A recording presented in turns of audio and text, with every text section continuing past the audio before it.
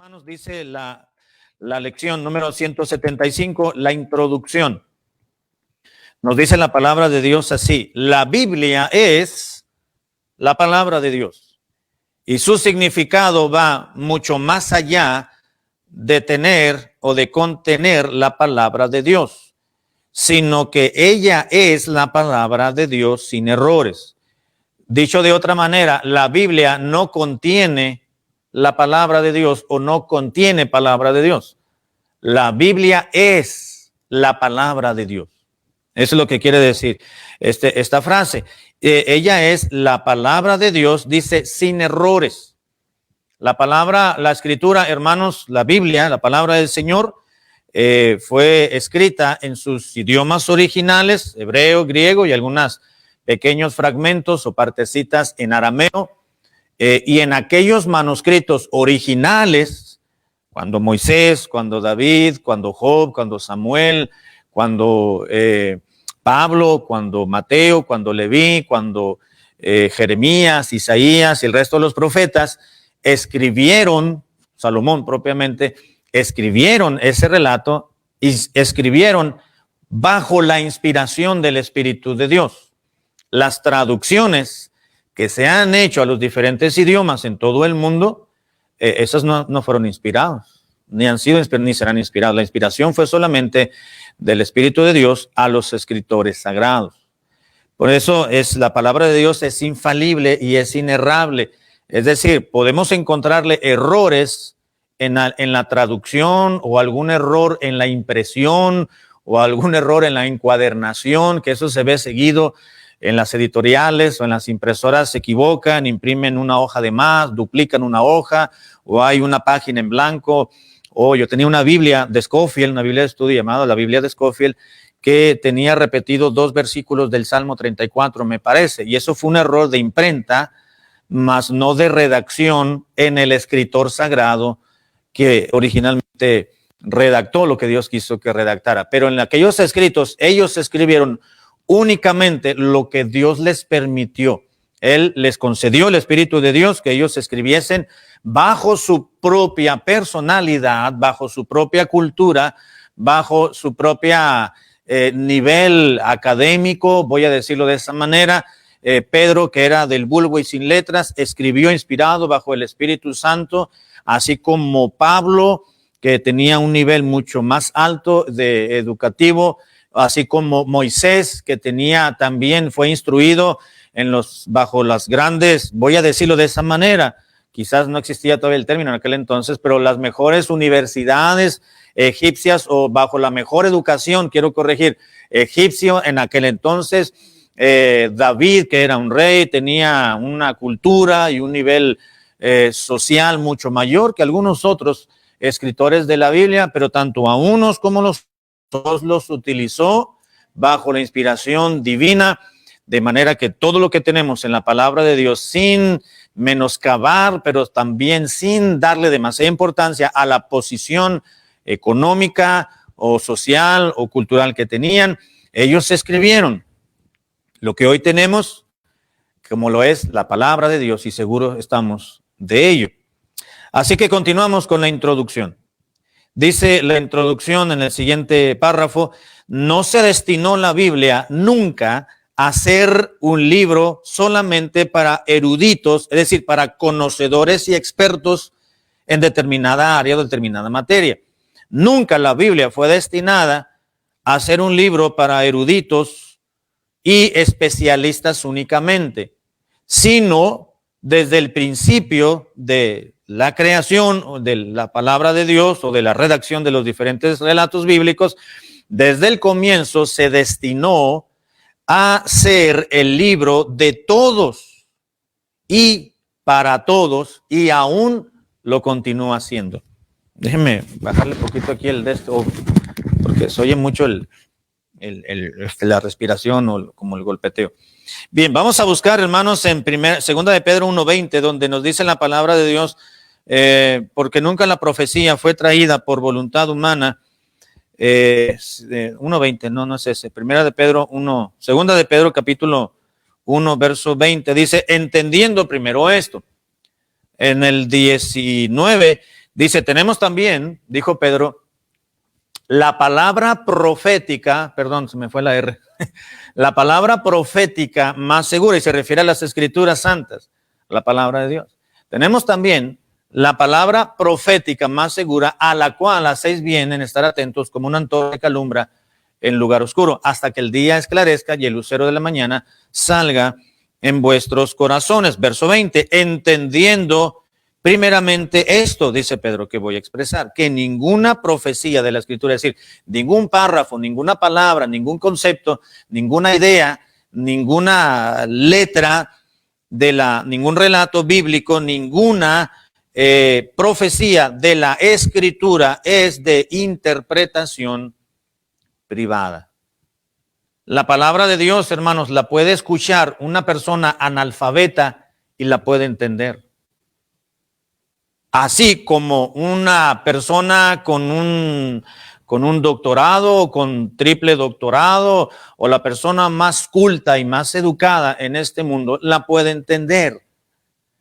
La palabra de Dios utiliza un lenguaje, hermanos, sencillo y claro, de manera que se puede leer, se puede predicar, se puede escuchar y se puede entender. Las historias hermosas de la palabra de Dios las puede entender y asimilar un niño como una persona adulta mayor de edad, con el nivel escolástico que usted quiera nombrar. No fue tampoco la palabra de Dios, no es solamente para un grupo de personas. La palabra de Dios no es solamente para los pastores y siéntate aquí y esto es lo que Dios quiere decir porque tú no lo entiendes. No. Tampoco lo que está diciendo la palabra de Dios, la Biblia, hermanos, es que nunca la Biblia fue destinada para que un solo grupo de personas selectas la entendieran y tú no, así que no te voy a dar una porción de la Biblia, tú te vas a someter a lo que yo te diga nada más. Es más, te la voy a enseñar en latín para que no sepas lo que dice, pero que después puedas decir de que si ya viniste al templo y escuchaste palabra de Dios, pero te vas a ir exactamente igual como entraste porque no la comprendiste.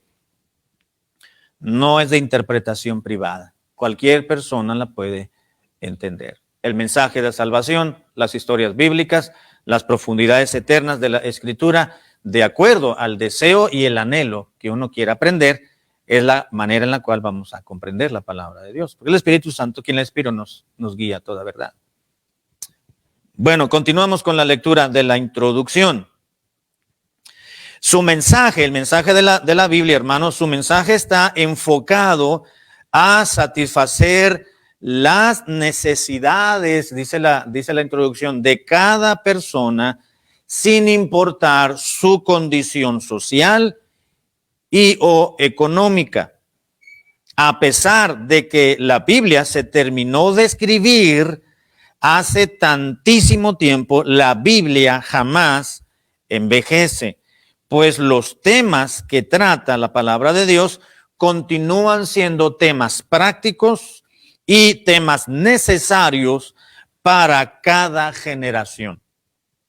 Así que, hermanos, la Biblia es un libro antiquísimo. Si vamos uniendo cada etapa, cada periodo, cada año, cada día, de que los escritores sagrados, humanos, pero escogidos por Dios, inspirados por el Espíritu de Dios, escribieron cada porción de la Biblia, si fragmentamos, utilizando un término informático, ¿verdad? Una computadora, hay una opción que dice ahí, para desfragmentar, es decir, para reducir los espacios que quedan ahí, ¿verdad? Y juntar toda la información para que tenga más espacio.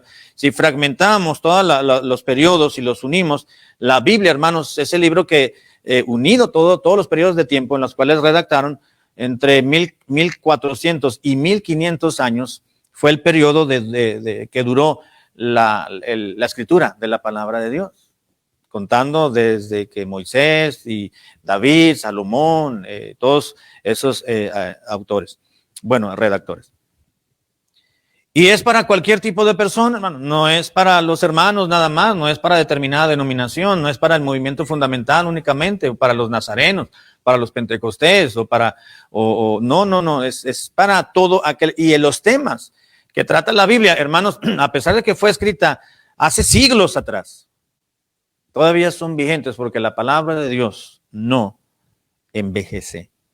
Dice, la Biblia jamás envejece, pues los temas que trata continúan siendo prácticos y necesarios para cada generación. Mi hermano, lo que nuestras abuelitas que eran creyentes, las que fueron creyentes, lo que o bisabuelas aprendieron de la escritura en aquel entonces, continúa siendo vigente hasta hoy. Lo que pasa es que hoy en día, ¿verdad? Se quiere vivir una vida muy cómoda. Hoy en día el cristianismo queremos vivir un cristianismo muy tranquilito, ¿verdad? Muy cómodo, que no se nos obligue, que no se nos presione, que se nos tenga dependencia, que se nos pasen por alto malas actitudes, que no se nos predique en contra del pecado, que no se nos diga cómo debemos de vestir, que no se nos diga cómo debemos un día un hermano me dijo, hermano, no diga cómo debemos de vestir porque la gente se le va a ir. Le digo, hermano, lo siento mucho, pero a mí me importa más lo que la Biblia dice, que debemos de enseñar cómo hablar, cómo vestir, cómo andar, qué amistades tener, qué no amistades no tener, qué lugares frecuentar, qué otros no. Es más importante para mí como predicador enseñar todo el consejo de Dios a que se quede o se vaya determinada persona. Si yo agradara a los hombres, dijo Pablo, yo no fuera siervo de Cristo, dijo el apóstol Pablo. Hay un compromiso que se tiene de predicar la palabra de Dios y enseñarla, pues, a cuestas de lo que sea. A pesar de, claro, duele, ¿verdad? En ocasiones cuando tenemos que enseñarle a un hermano, una hermana y decir, hermano, es que así no se hace, te tenemos que corregir, le tenemos que disciplinar, se le tiene que abstener de que haga algo en la iglesia, ¿verdad? No quiere entender, bueno, por una manera correctiva, pues nada más va a venir a los cultos y se acabó hasta que entienda, hasta que se corrija y cambie su actitud, entonces lo podemos involucrar en otros aspectos, pero mientras no quiera, pues no. La palabra de Dios, hermanos, es viva y es eficaz. No envejece, los que nos envejecemos somos nosotros y no pasará de moda. Lo único, hermanos, que va a permanecer, es más, ni este mundo, ni este planeta va a permanecer siendo el mismo en la posteridad, pero lo que sí va a permanecer es la preciosa palabra de Dios. Mis palabras, la tierra y los cielos y la tierra, pasarán, pero mis palabras, dijo Cristo, jamás pasarán. Jamás. Así que la Biblia es un libro que no envejece. Los temas que tratan continúan siendo prácticos, no son anticuados, ¿verdad? Hoy en día la juventud dice, no, la palabra de Dios es para los viejitos, para los adultos. Estamos viviendo hoy en día otra etapa muy diferente. Hoy vamos a darle rienda suelta a todo, ¿verdad? Hoy en día hasta ya prácticamente en algunos lugares se está prohibiendo a los pastores que prediquen en contra del homosexualismo, por ejemplo, y del fetichismo, del lesbianismo, de todas esas perversiones sexuales que es pecado, y quieren limitar a los predicadores de que enseñemos lo que dice la palabra de Dios. Pero la palabra de Dios tiene que ser expuesta y predicada, no porque hoy en día la comunidad LGBT no quiera y demande derechos, no por eso la palabra de Dios va a menguar su eficacia o su poder. La Biblia dice que la palabra de Dios es viva y eficaz. Lo que todo segmento de la sociedad necesita es la palabra de Dios, es el evangelio. Y si se prohíbe predicar o se le prohíbe, en México ya hay una ley, por lo menos en la Ciudad de México, donde ya no se le puede ni hablar ni a los propios hijos de orientarles sexualmente porque ya es acoso. Ya se le está manipulando sus emociones, su capacidad de elección individual, y esos padres de familia pueden ser acusados y pueden ir a cárcel. ¿Hasta dónde hemos llegado? ¿Y sabe por qué? Por ignorar la palabra de Dios.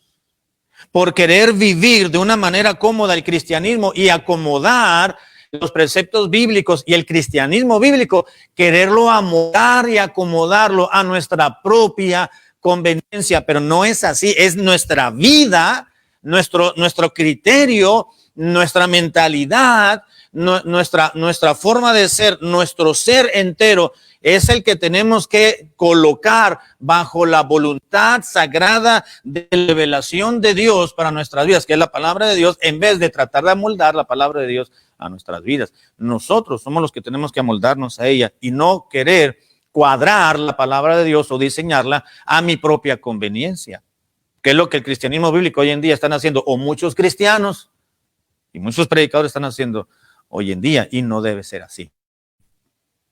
Bueno, sin embargo, dice la introducción, es necesario conocer nuestra Biblia, su origen, su formación, su interpretación, sus divisiones, sus versiones, etc. Y hoy vamos a comenzar, hermanos, con esta lección, conociendo nuestra Biblia. Lo que usted va a escuchar en la lección de hoy, seguramente ya lo habrá escuchado o ya lo sabrá. Yo no sé si ya lo sabrá. Yo doy por sentado que sí, porque son cosas muy esenciales, muy elementales, muy básicas del conocer de la palabra de Dios. Sin embargo, digo que no sé porque no los tengo aquí para preguntarles, ¿verdad? Pero yo doy por confiado en el Señor de que será un recordatorio básicamente. Si usted tiene algo que aprender nuevo que no conocía, bueno, gloria al Señor, ¿verdad? Pero será solamente para sentar una basecita para el resto de las lecciones posteriores. Vamos a leer el punto número 1. Punto número 1 dice la Biblia y su significado. ¿Qué significa el término Biblia?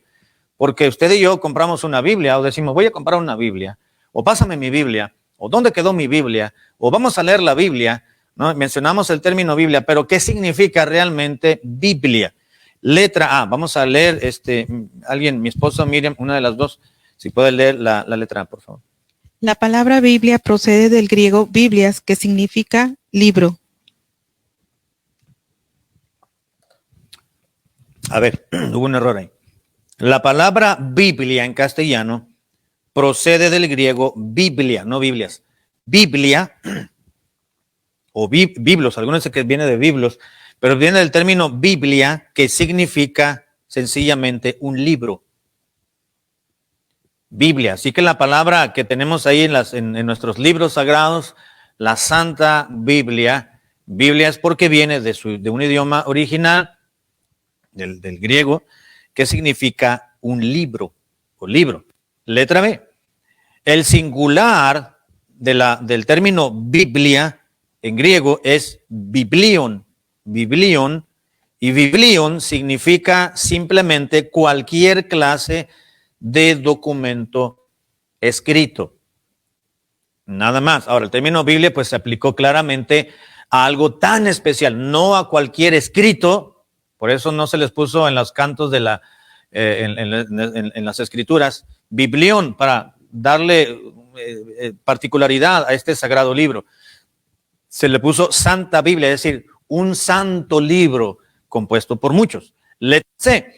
Originalmente, el término biblos significaba antiguamente un documento escrito en papiro, porque anteriormente no existía los papeles, el papel o la hoja de papel que tenemos en la actualidad.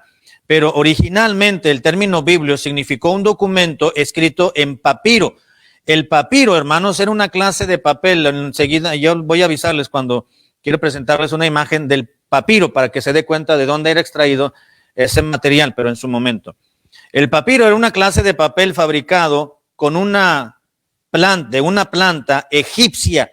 El papiro, hermano, es una planta egipcia acuática. Normalmente esa planta se daba a las orillas del río Nilo, de donde extraían lo que se le conoce el papiro egipcio. Era una planta egipcia. El papiro era un antepasado de nuestro papel moderno, del cual se hacían los rollos. Así que vamos a entrar al punto número 2 y enseguida vamos a ver algunos aspectos importantes. Y quiero presentarles algunas gráficas para que conozcan lo que era de la planta del papiro, el pergamino y lo que era también la vitela, que fueron materiales en los cuales la palabra de Dios es escrita originalmente. Bueno, vamos a pasar al punto número 2, hermanos. Ya pasamos el 1, es decir, lo que significa la palabra Biblia. ¿Qué significa la palabra Biblia? Sencillamente un libro. Un libro. Viene del término biblión, que significa, aunque nos da la idea de que era biblión, era un documento escrito originalmente sobre un material llamado papiro. Ahora, cuando la Biblia fue escrita, hermanos, pues no se sentó alguien y la empezó a escribir, o no llegó Moisés y entró a una casita, ¿verdad? Y se sentó cada vez que tenía tiempo y empezó a escribir el Pentateuco. Pasó el tiempo, después llegó David, escribió, pasó el tiempo, llegó Abraham y escribió, pasó el tiempo, bueno, Abraham no escribió, ¿verdad? Pero la historia de Abraham la escribió Moisés. Luego llegó Job y escribió, y luego llegó Samuel y escribió, y luego llegó Josías y redactó, y luego David y redactó, y luego Salomón. No fue eso. Ellos, por ejemplo, Moisés, se cree y se dice que Moisés escribió el Pentateuco, gran parte del Pentateuco, excepto el último capítulo de Deuteronomio, porque habla de su muerte y Moisés no pudo escribir sobre su muerte. Así que se cree que lo escribió mientras iban en el desierto, en esos 40 años. Dios le reveló, Dios le mostró de alguna manera y a ratitos, cuando el campamento se detenía en el desierto o en diferentes lugares, sentaba y escribía sobre cierto material. En el caso de Moisés y los más antiguos, con el caso de Job, por ejemplo, Job es un libro muy antiguo que se cree fue escrito probablemente al mismo tiempo que Moisés escribió el Pentateuco o anterior a Moisés. Sin embargo, Job, cuando escribió parte de su biografía, pudo haber escrito seguramente sobre papiro, probablemente. Bueno, y con el paso del tiempo fue evolucionando, fueron descubriendo otro tipo de material, pero originalmente se escribía sobre papiro, posteriormente descontrolar lo que se le conocía como el gamino, y posteriormente uno de estos materiales en los cuales los escritores sagrados con el paso del tiempo escribieron sobre estos diferentes tipos. Letra A. Vamos a ver punto número 2, hermanos, la Biblia y su material. ¿En qué fue escrita la Biblia? Bueno, número 1, fue escrita los rollos y no solamente eran rollos, posteriormente eran rollos, pero primero eran láminas de papiro, es decir, láminas de hoja de papiro. Se escribió sobre el papiro. ¿Qué era el papiro? Inciso 1. ¿Quién puede leerlo, por favor? El material comúnmente utilizado para escribir era el papiro. Los manuscritos bíblicos fueron escritos originalmente en ese material, segunda de Juan 12. Exactamente. Originalmente, hermanos, el material con el que fue escrita los rollos originales, los escritos originales de la Biblia, la palabra del Señor, fue escrita sobre este material. ¿Cómo sabemos? Bueno, Juan nos da nos da una referencia, el hermano Juan, el apóstol Juan, segunda de Juan, versículo 12. Segunda de Juan, versículo 12. Tengo muchas cosas que escribiros, pero he querido hacerlo por medio de papel y tinta, pues espero ir a vosotros y hablar cara a cara para que nuestro gozo sea cumplido. Exactamente, gracias. Dice Juan, le escribió a la señora elegida y a sus hijos. No sabemos exactamente quién era la señora elegida, pero bueno, le escribió a una hermana, o quizás era su mamá, algunos dicen que era su esposa. Bueno, no se sabe exactamente. El asunto fue que al final de esta pequeña cartita que mandó Juan a la señora elegida y a sus propios hijos, les dijo, tengo muchas cosas que escribirles, que informarles, pero no lo quiero hacer. Dice, pero no he querido hacerlo por medio de papel y tinta, pues espero ir a vosotros, dice, para hablar personalmente, cara a cara, para que nuestro gozo sea cumplido, tanto el mío como el de ustedes podamos gozarnos en vernos personalmente. Pero entre tanto les voy a mandar esta notita, y escribió esta cartita que consta de 13 versículos. Cuando dijo Juan, no he querido hacerlo, no he querido escribirles mucho más en esta ocasión por medio de papel y tinta. El término, la palabra, Juan utilizó un término que se tradujo al castellano, así lo tradujeron Casiodoro de Reina y Cipriano de Valera al castellano como papel, pero en aquel entonces todavía no existía el papel que tenemos en nuestras manos, como lo es ya el proceso para la obtención de esta hoja, sino que se tradujo papel, pero la palabra que se tradujo es el término griego jartes. Lo dice ahí en la inciso A. El término papel se tradujo de jartes, Y jartes significa hoja o lámina de papiro. Así que la carta que Juan escribió, que Pablo escribió a las iglesias, a los hermanos, Timoteo, a Tito, los escritos que utilizaron, el material que utilizaron los escritores de sagrados originalmente, fueron hojas o láminas hechas de papiro. No era una hojita así que metieron en un sobrecito como lo hacemos, le pegaron un timbre y no existía todavía ese tipo de material. Fue papiro. Y el término tinta, papel, es papiro, hoja de papiro o lámina de papiro. Y la palabra tinta, pues significa aquí sencillamente negro. Viene del término melas, que se tradujo tinta, pero melas significa negro. Es decir, usó papel y una sustancia, me imagino, muy distinta a lo que hoy en día conocemos como tinta, ¿verdad? ¿Se acuerdan los plumeros y los tinteros? Antes de que se inventara la pluma, el bolígrafo, ¿cómo le llaman? La pluma Big y lo que conocemos hoy en día, que ya trae la tintita o el gel adentro en el repuesto. Pues antes era la plumita, ¿verdad? Que tenía una cierto diseño que lo metían sobre el tintero y la tinta quedaba depositada ahí. Conforme iban escribiendo, pues obviamente se iba desgastando, tenían que volverla a meter al tintero, ¿verdad? Pues era una sustancia negra, obviamente, para poder que se plasmara la grafía que querían poner y colocar en la lámina del papiro, o la vitela o el pergamino. Pero en este caso, Juan dice, yo utilizo, dijo Juan, el papiro. Bueno, inciso 2, el papiro, hermanos, era una especie de junco, y para los que no conocen el papiro, enseguida les voy a presentar una imagen del papiro. El papiro egipcio era una planta, dice el inciso 2. El papiro era una especie de junco o de cañita, dice un carrizo que se da en los márgenes del río Nilo. No solamente en el río Nilo, sino me parece que también no estoy seguro, era muy conocido en Turquía y en otros lugares.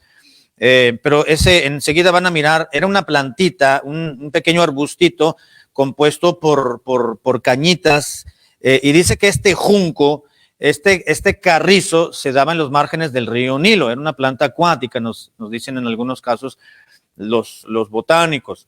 Pero también esta planta, hermanos, alcanzaba un grosor como la muñeca de un hombre. Esos juncos, esas cañitas, en las plantas más robustas, podía alcanzar el grueso de la muñeca de una persona. Normalmente no eran tan gruesas, pero bueno, se encontraban algunos.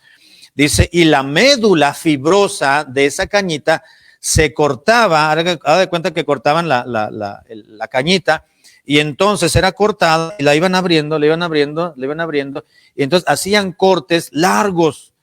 Ahí está apareciendo en pantalla lo que es el papiro egipcio, si lo alcanzaron a ver. Entonces hacían tiritas largas, muy delgadas, y para hacer la lámina, la hoja de papiro, bueno, colocaban una tirita larga, luego otra tirita horizontal, y luego colocaban otra a nivel vertical. Entonces hacían cuadros, ¿verdad?, de tiras horizontales, verticales, eran cruzadas.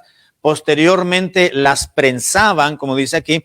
Era una planta que alcanzaba un grosor como la muñeca de un hombre. La médula fibrosa se cortaba en capas verticales finas, una capa vertical y luego una capa horizontal. Se comprimían o las prensaban juntas y luego las pulimentaban, es decir, las pulían, pulían el pergamino, lo que usaban la piedra pómez.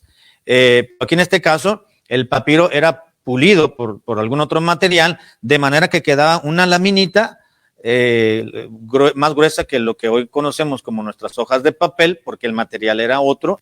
Lo prensaban y era un material que quedaba un poco grueso, tosquito, pero lo limaban, lijaban o lo pulían más bien, de manera que quedase un material listo para poder, lo menos poroso posible, para que se pudiese escribir y hubiera una tipografía muy visible.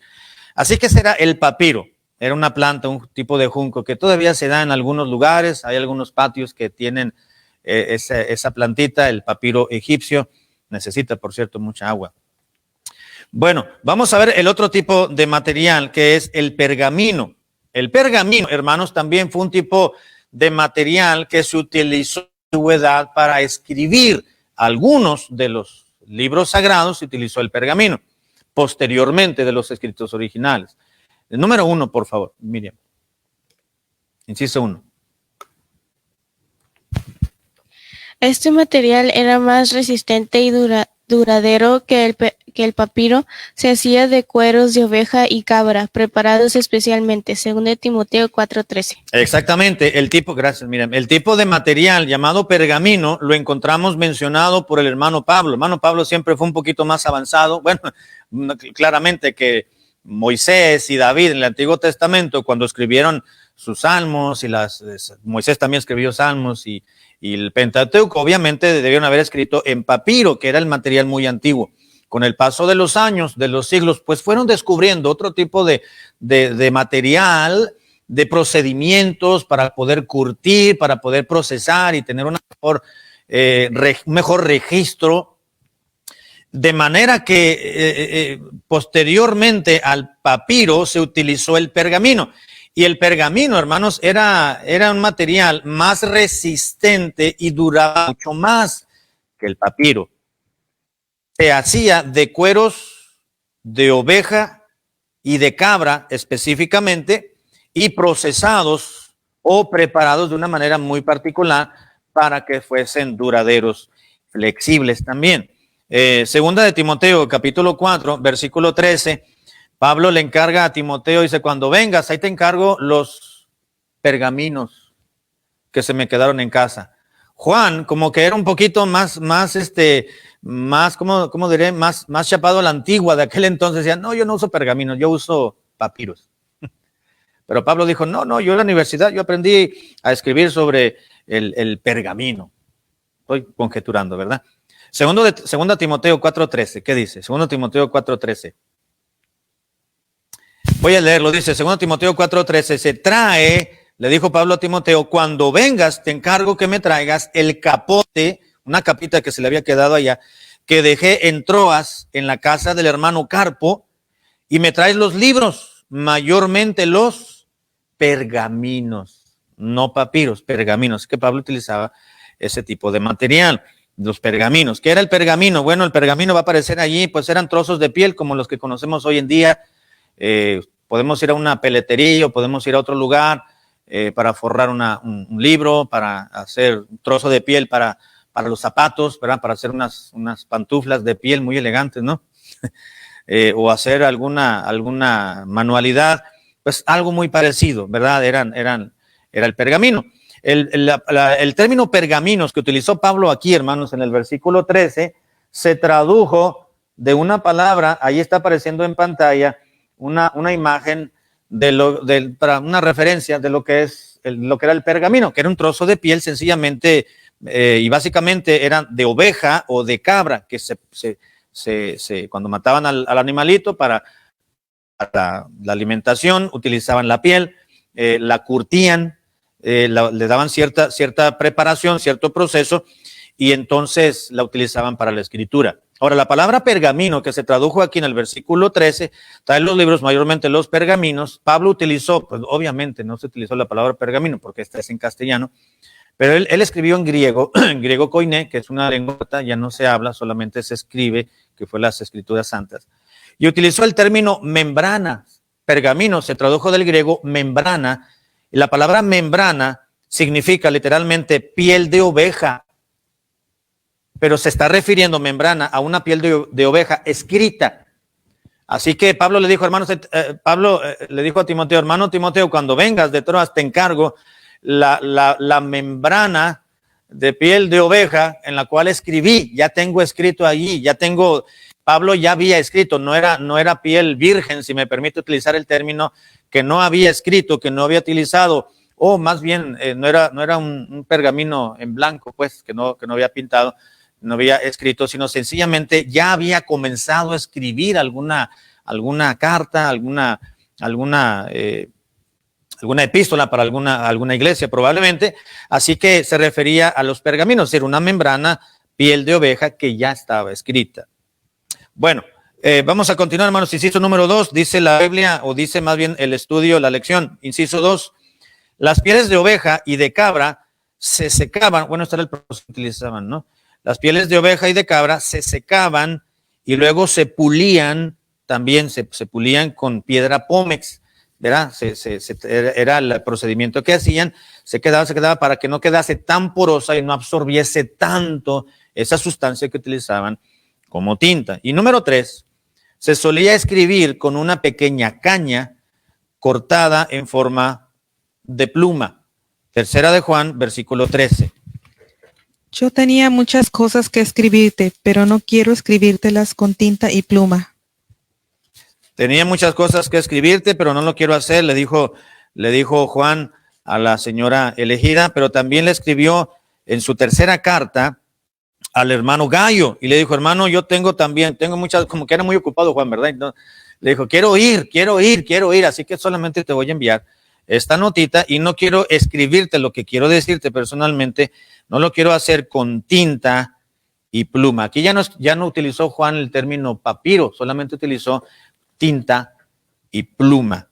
Se refería a ese trocito de cañita que utilizaban, ¿verdad? Donde le sacaban puntita y, ¿verdad? Lo ponían en sustancia negra para poder escribir. Qué incómodo debió haber sido estar escribiendo. Imagínense escribir todos los salmos. Bueno, los salmos no los escribió una sola persona, pero los escribas era lo que hacían. Los escribas tomaban los libros, los salmos, eran varios libros, no en todas las Biblias, pero en algunas Biblias editoriales dividen los salmos en libros, porque así es el libro 1, libro 2, libro 3, y cada libro constaba de cierto número de capítulos de salmos. Entonces, pero los escribas era lo que hacían, hermanos, en los tiempos entre el Antiguo y el Nuevo Testamento, que fue cuando surgieron el oficio de los escribas. Ellos copiaban los escritos más antiguos, los iban copiando en pergamino, los de papiro los copiaban a pergamino o a vitela para irlos renovando.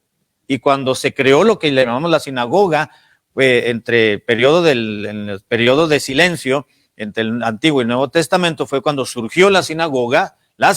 Entonces, pues ahí tenían rollos de las escrituras del Antiguo Testamento. ¿De dónde salían? Pues no podían ir a la copiadora manual. En aquel entonces, pues eran los escribas, ellos eran los que copiaban los rollos cuando se iban deteriorando o cuando abrían una sinagoga donde había varios judíos para que pudiesen tener las escrituras santas. Ahora, dijimos que la palabra de Dios originalmente fue escrita sobre el papiro, número 2 sobre pergamino, número 3 sobre vitela. ¿Qué es la vitela? No es doble tela. La vitela, inciso 1, dice, en el siglo IV desplazó la vitela al papiro, es decir, la vitela no era un material mucho mejor, mayor durabilidad, mayor resistencia y en muchos sentidos mucho mejor. Y entonces la vitela, descubrieron que la vitela, este tipo de material, era mucho mejor que el papiro, que era mucho mejor que el pergamino. La vitela, dice el papiro, como medio principal de escritura. Inciso 2, la vitela era pergamino extra fino y se obtenía de animales sin nacer. Todavía no nacían los animalitos, estaban en el vientre de la mamá y los extraían porque se dieron cuenta en aquel entonces que ese tipo de material de esos animalitos tiernitos, claro, pues eran para alimento, ¿verdad? Entonces ya antes de nacer, cuando ya sabían que iban a nacer, pues los extraían rápidamente y entonces les quitaban la pielecita y entonces ese material igualmente tenía cierto proceso y era mucho mejor. Va a aparecer en pantalla un tipo de proceso que tenían. Van a encontrar, haga de cuenta que era la piel de la cabra o del bebé, y entonces los estiraban, los pulían, los estiraban, muy, muy bien estiraditos por algún determinado tiempo para que esa membrana y esa piel finita pudiese tener una mejor calidad para poder escribir, y de hecho fue de mejor calidad. Eso se le llama la vitela. Van a encontrar ahí están unos trozos de vitela, que era la misma piel de donde obtenían el pergamino, pero de animalitos muy, muy tiernitos, ¿verdad? Ahí están sobre esas bastidores, tratando de estirar propiamente la pielecita del animalito, ¿verdad? Y al simple vista se puede mirar que se ve mucho más, se aprecia que puede ser mucho, mucho más fino el material. Bueno, y finalmente, hermanos, encontramos El rollo no era un material, era una forma en que se preservaban o se guardaban los escritos antiguos que eran de pergamino, que eran de vitela o que eran de este material. El papiro pues era muy antiguo y era más quebradizo y bueno, el rollo. ¿Quién lo puede leer, por favor? Inciso 1. Estos se hacían pegando varias hojas de papiro o pergamino que formaban largas tiras a cuyos extremos se pegaban rodillos de hueso para enrollarlos. Exactamente, no quiero que se me duerman, hermanos, no quiero que se me enfaden. Ya vamos a terminar, ya vamos a llegar al punto final. Solamente quiero que veamos de qué materiales y cómo fue escrito y cómo fue la palabra de Dios preservada para que usted y yo la tengamos hoy en día. ¿Qué materiales se utilizaron? Así que el rollo no era un material, era la forma en la que se guardaban y se preservaban los escritos sagrados sobre vitela y sobre pergamino. Los rollos, se hacían pegando varias hojas de papiro o de pergamino. Quiero decirles, hermanos, que hoy en día todavía se utiliza el pergamino y el papiro. Usted quiere una hojita de papiro o de pergamino o de papiro, sobre todo, se puede comprar. El papiro de egipcio lo venden de diferentes tamaños, pero hay lugares donde los puede uno solicitar por internet, casi del tamaño de una hoja tamaño carta, y vienen 3 o 4 hojas de papiro de egipcio. Dicen que es de egipcio, a lo mejor es chino, ¿verdad? Pero y no es muy caro. Lo que sí es un poquito más caro es el pergamino. Venden trocitos de pergamino tratado como se hacía antiguamente, y hoy vendría siendo algo así como un arte, le llaman, ¿verdad? Se están vendiendo arte más que el de eso. Y el pergamino es un poquito más costoso que el papiro, sobre todo en las páginas que yo lo miré. No sé si en otro lugar sea más barato, pero los rollos se hacían pegando varias hojas de papiro o de pergamino para alargarlos, y quedaba un rollo, una tira larga, a cuyos extremos, al comienzo y al final, se utilizaban huesos, obviamente de animales, les daban cierta forma para que tuviese cierta estética, y ahí colocaban las orillas y comenzaban a enrollarlo de un extremo al otro extremo. Formaban largas tiras cuyos extremos se pegaban rodillos de hueso para poderlos enrollar. Y la longitud de los rollos variaba, pero no era mayor de los 9 metros. Un rollo, por ejemplo, me imagino que el libro de Isaías, un rollo pues era de los más larguitos, ¿no? O los salmos debieron haber sido más largos, porque el contenido es mucho mayor, pero no podían ser mayores de 9 metros por ciertas razones, así se hacía. Bueno, hermanos, esto es el material en el cual la palabra de Dios originalmente fue escrita. Papiro, pergaminos, vitela. En los tiempos de Cristo, ustedes recuerdan, dice que cuando Cristo entró a la sinagoga, dice que le permitieron pasar al frente, al estrado, dice, y le dieron los rollos, dice, y tomando el rollo, lo abrió y leyó al profeta Isaías. Leyó el Isaías que hablaba del siervo de Jehová, dice, esta profecía se ha cumplido hoy en mí. Pero dice que el rollo ya no era solamente la lámina, la hoja de papiro o de pergamino, el trozo de cuero de piel, ahí nomás dobladito o una hojita puesta así, sino que ya estaba enrollado, ya se estaba utilizando en aquel entonces, en los tiempos de Cristo, el rollo para preservar los escritos. Todavía no se inventaba el códice, que me parece que el códice o lo que hoy conocemos como libro fue inventado, me parece que por los chinos, pero como un tipo de acordeón y no tanto como de hoja suelta. Bueno, esto es, hermanos, el punto número 1. El punto número 2, vamos a ir más rápido porque solamente son las divisiones de la Biblia. Punto número 3, la Biblia y sus divisiones. La Biblia y sus divisiones, quiero terminar con esto. La Biblia, hermanos, tiene 2 grandes divisiones. La primera la sabemos, la segunda también. La primera comienza con el Antiguo Testamento y la segunda es el Nuevo Testamento. La palabra de Dios contiene, ¿cuántos libros tiene la Biblia? 66. Es la suma total de los libros del Antiguo Testamento y del Nuevo. El Antiguo Testamento está compuesto por 39 libros y el Nuevo Testamento está compuesto por 27 libros. Suma ambas cantidades, dan 66. No 77, hay Biblias apócrifos que le aumentan los libros apócrifos, 11 libros más y contienen ya 77. Vamos a verlo esto más adelante, ¿por qué libros apócrifos no? Bueno, el Antiguo Testamento, hermanos, consta de 39 libros, los cuales se clasifican en 5 grupos. El primer grupo son 5 libros, es el Pentateuco, Génesis, Éxodo, Levítico, Números y Deuteronomio. El segundo grupo consta de 12 libros, es decir, son los libros históricos. Es Josué, Jueces, Ruth, primero y segundo de Samuel, primero y segundo de Reyes, primero y segundo de Crónicas, Esdras, Nehemías y Esther. La tercera clasificación del Antiguo Testamento consta de 5, primero 5, luego 12, luego otra vez 5. Y son los libros poéticos: Job, Salmos, Proverbios, Eclesiastés y Cantares. Ahora, esta división la hicieron por algo práctico, porque así van en secuencia, ¿verdad? Pero hay un libro poético que no está incluido aquí porque está dentro de los proféticos, que es Lamentaciones. Lamentaciones es un libro que escribió el profeta Jeremías a manera de poesía. Pero como está en los libros poéticos, bueno, por eso no entró dentro de los poéticos, que son 5 libros, pero allí tendremos que añadir Lamentaciones y serían 6. La cuarta división consta también de 5 libros, el Antiguo Testamento, que son los libros de los profetas mayores: Isaías, Jeremías, Lamentaciones, Ezequiel y Daniel. ¿Por qué profetas mayores? Por el contenido de los libros del escrito, que son muchos capítulos, comparados con los siguientes 12 libros, que se le conoce como profetas menores. Y allí en los profetas menores son menores no porque eran de menor calidad o de menor rango estos profetas, sino sencillamente porque los libros escritos por estos profetas son libros cortitos. Algunos, como Abdías, tienen un solo capítulo o sencillamente tiene 13 versículos, ¿verdad? Jonás tiene 4. Pero hay uno de ellos, no recuerdo cuál, tiene varios capítulos que debería de entrar en los profetas mayores, pero bueno, quedó en los profetas menores porque está incrustado en los menores.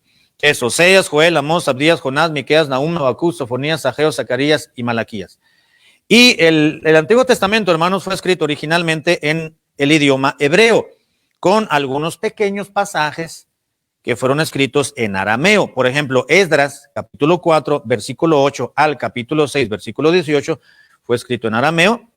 El capítulo 7, versículo 12 al versículo 26 del libro de Esdras fue en arameo. Y Daniel, capítulo 2, versículo 4 hasta el capítulo 7, verso 28 fue escrito en arameo.